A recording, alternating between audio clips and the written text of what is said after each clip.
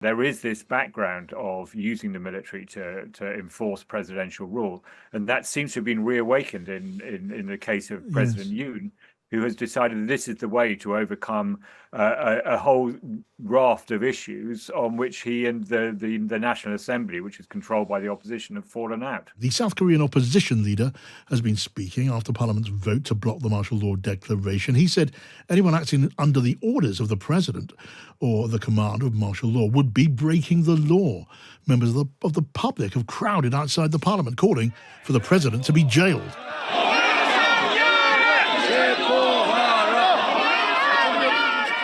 Let's talk now to the Times' Richard Spencer, who is very familiar with that part of the world and can maybe help us see through the mist of what on earth is going on. Richard, welcome to the programme. Good evening, yeah. Richard, before we look into where this may be headed, let's look at what has happened so far. We've got the president of South Korea directly at odds now with the elected parliament, parties on both sides of that house, and the military, as it were, stuck in the middle.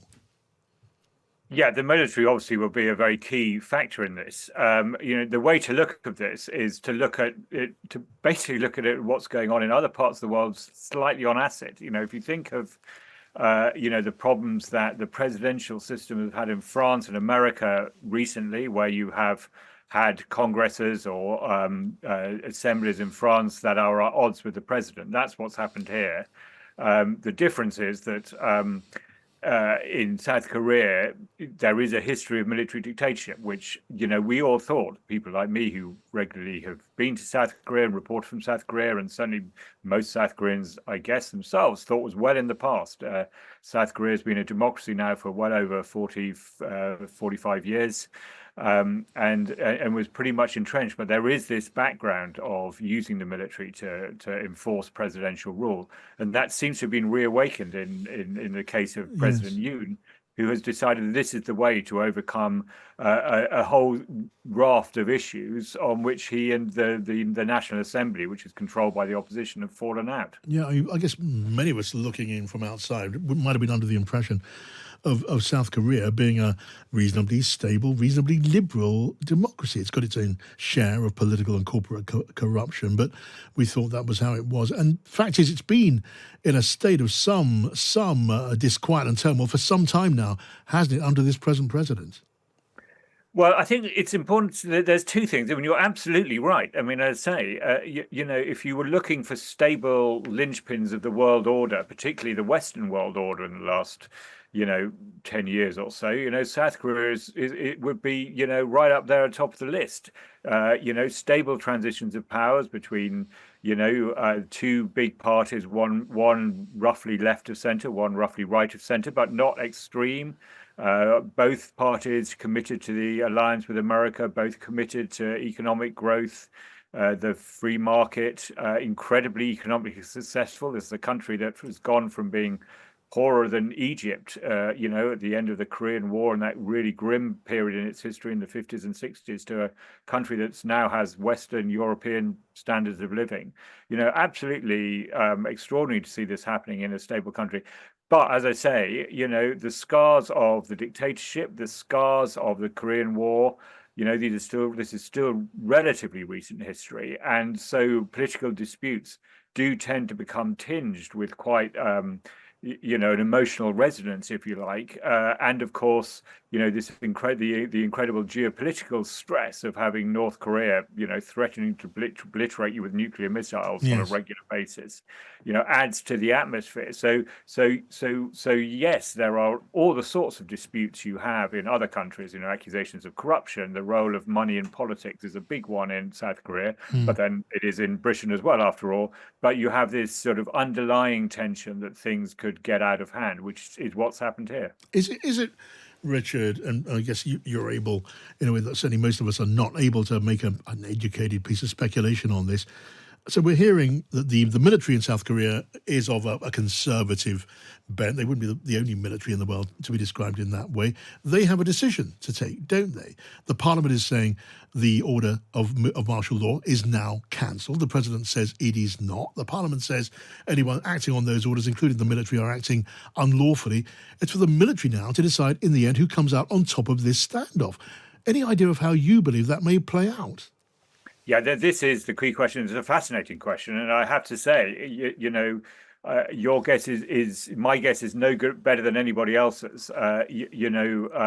This is say, the political loyalties of the army is not something that most of us have felt the need to look at over the last few years.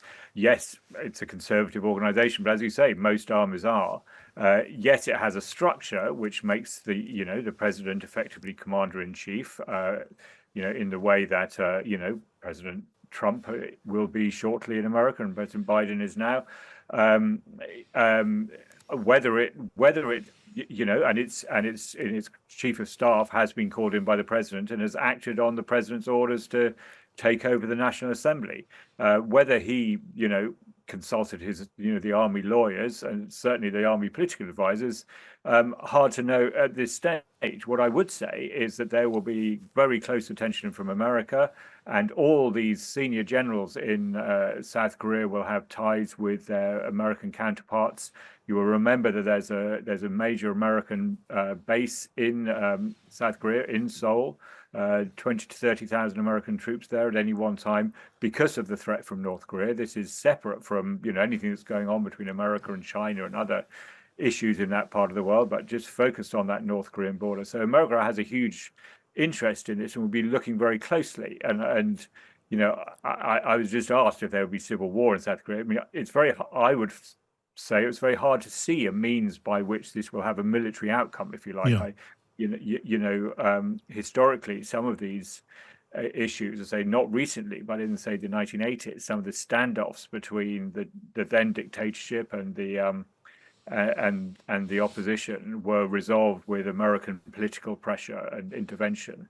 I imagine that Washington and all South Korea's allies will be thinking, let's hope everyone wakes up tomorrow morning and or this morning, in fact, in South Korea, where it's 4 a.m. now, and will calmer heads will prevail. But I wouldn't like to make any predictions because we're in uncharted territory. Richard Spencer at the Times. Really, really valuable to get your perspective, Richard. Thank you. Now, we can get the other thoughts of Warwick Morris now, who's a former ambassador to South Korea. Good afternoon to you, Warwick. Good afternoon. Well, it's pretty fair to say that you know a lot more about South Korea than most of us. Maybe that's a great understatement. But knowing South Korea as you do, were you completely taken aback and surprised by, the explosion of political turmoil in the last few hours? Yes, very much so. I mean, I left South Korea in 2008, but I worked there 3 times for a total of 13 years. So my experience of South Korea goes back to the 1970s, when it was almost sort of martial law and very strict restrictions on all kinds of dissidents. But Korea moved away from that, as your previous excellent contributor said. And I'm very surprised that the President Yoon has decided that calling for martial law is the way ahead. He's been under pressure. His budget bill's under pressure. He's a hardliner towards North Korea, and this is a factor. And of course, we've seen in recent weeks and months North Korea and Russia getting closer. North Korean troops in Ukraine, enhanced threats by North Korea against South Korea. And there's always in South Korea this kind of under the surface feeling, are there communists within? Are there people within who might be working, to overthrow the South Korean regime? It doesn't often express itself, No. but the president seems to have perhaps felt that there are people, too many people, who are maybe sympathetic to North Korea, and this is why he's taking this action. But it seems to me over the top, and what will the army do? We don't know. What will the armed forces do? They're really caught. Yeah, well, the President Yoon, cited the presence and the activities of sympathizers to North Korea in the South Korean parliament as his reason, or pretext, I suppose, depending on your point of view, for declaring martial law. Is there any reason to think that there's any force in that argument, or is it a pretext from a president under enormous political pressure at home? I think it's the latter, probably. It's a pretext for a president under enormous pressure. His party did very badly in parliamentary elections way back. He's struggling. There are, which is not uncommon with South Korean presidents, 1 or 2 accusations of corruption, including involving his wife, but no more than perhaps usual. But yeah, he is under a lot of political pressure. But to me, it seems a very odd move, frankly, and many Koreans who won't have experienced anything like this Yes. before, will be shocked, will be really shaken by this. Then, there always are dissidents, people who have opposing views in every society, and there will be people in South Korea who, for one reason or another, perhaps their ancestors came from the North, they still have some feelings for the North.